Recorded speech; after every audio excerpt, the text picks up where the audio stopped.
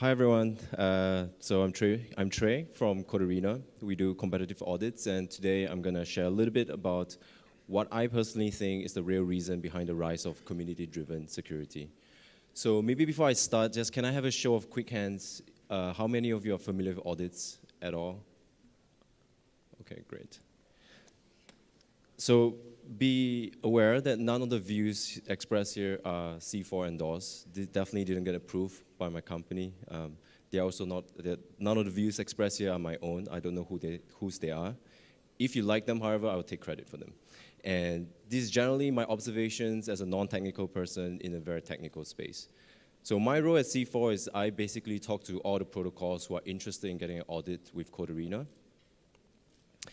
And to start, there's this Japanese proverb called the three-phase theory, and they believe that there are three phases that we wear in this world.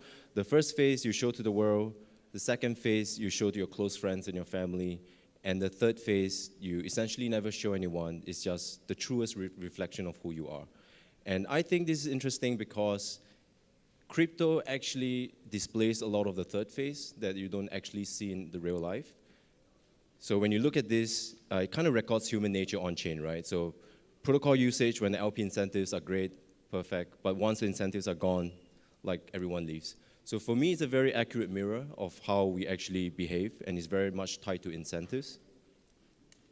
And personally, I find that the best product and the best ideas are mapped very closely to human nature. And I'm going to walk you through a few different views. So from a very high-level general view, of course, I'm generalizing here, there are nuances and exceptions, is that there are a lot of dynamics that's just at play with human nature, right? So there is this dynamic of maintaining and disrupting the status quo. If you're in the selected few who holds the power, who are in the status quo, you basically would do a lot of things to maintain it. But if you are trying to break in, then you're obviously in the disruptor mode. And generally, I think we want something that's valuable, but we also want to give the least in return. So if I walked over to you and offered you an audit for $1 with zero catch, you will probably take it, right, than actually paying full price. Then, of course, there's a lot of social dynamics and social games that are at play here with statuses, and then there's also competition is very inherent in human nature, I feel. So is collaboration. So if you've read The Selfish Gene, you also would be familiar with this idea.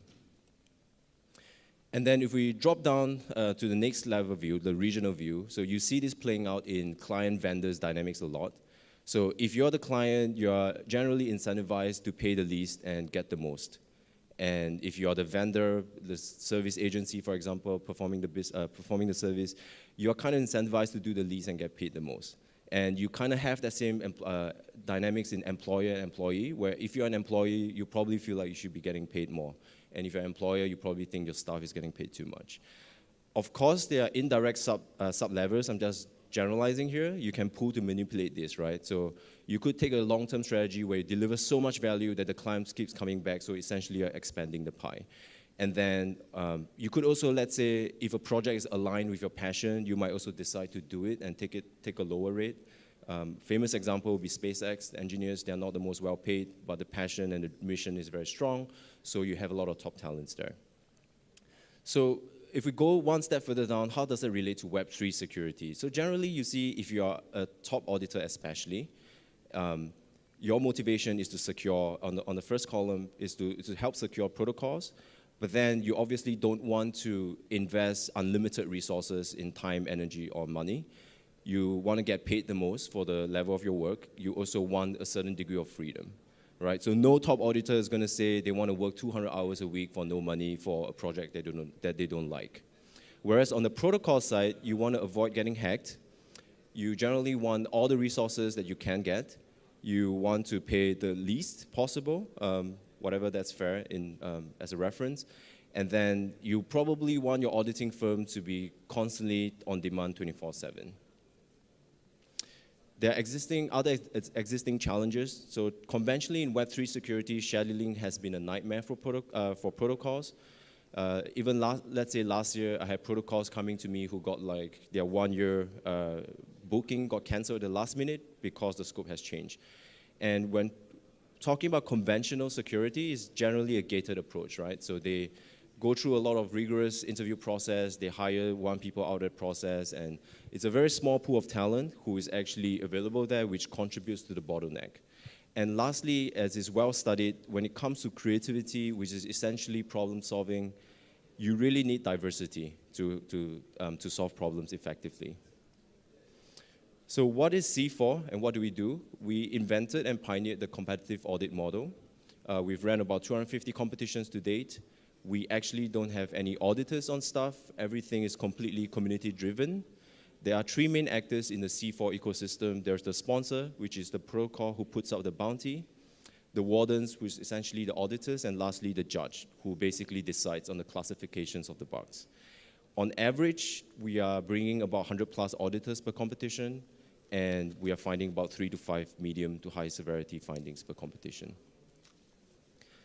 So the premise of this is that when I sort of step back and observe, I realize that competitive audits actually taps into many of the intrinsic qualities of human nature. And one of the most effective mechanisms is via games. And if you really look at what makes a good game, if you love playing games like I do, you understand there are certain mechanics that is present in all the addictive games, right? So there's a good core gameplay loop. So basically the main set of actions a player take. And then there's progression system. You feel like you're on your way to achieving something, leveling up, for example. There's balanced difficulty. You can choose easy, medium, hard. There's a good reward system that acts as positive reinforcement. And of course, the unpredictability of it also leads to dopamine release. And there's variety. So there are different kind of challenges, different game modes, unique challenges to keep you interested. Social features for a lot of people, let's say Fortnite, one of the biggest pulling factor is just the social part, right? And autonomy. Basically, you want to have some level of control.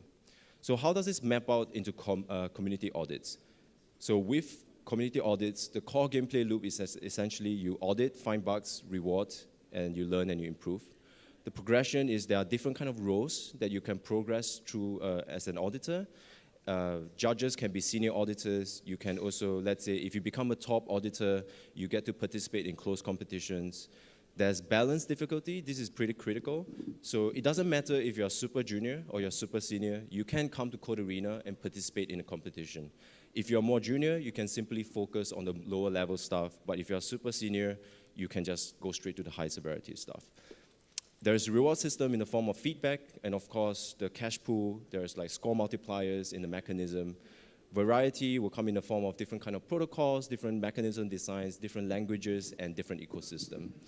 The social features will include multiplayer modes. There's a leaderboard, and there's also collaborative challenges. And lastly, autonomy. As an auditor on C4, you are not bound to any company processes, right? You can basically use your own methods, find your own way, the most creative way in breaking a code base. You choose your own schedule.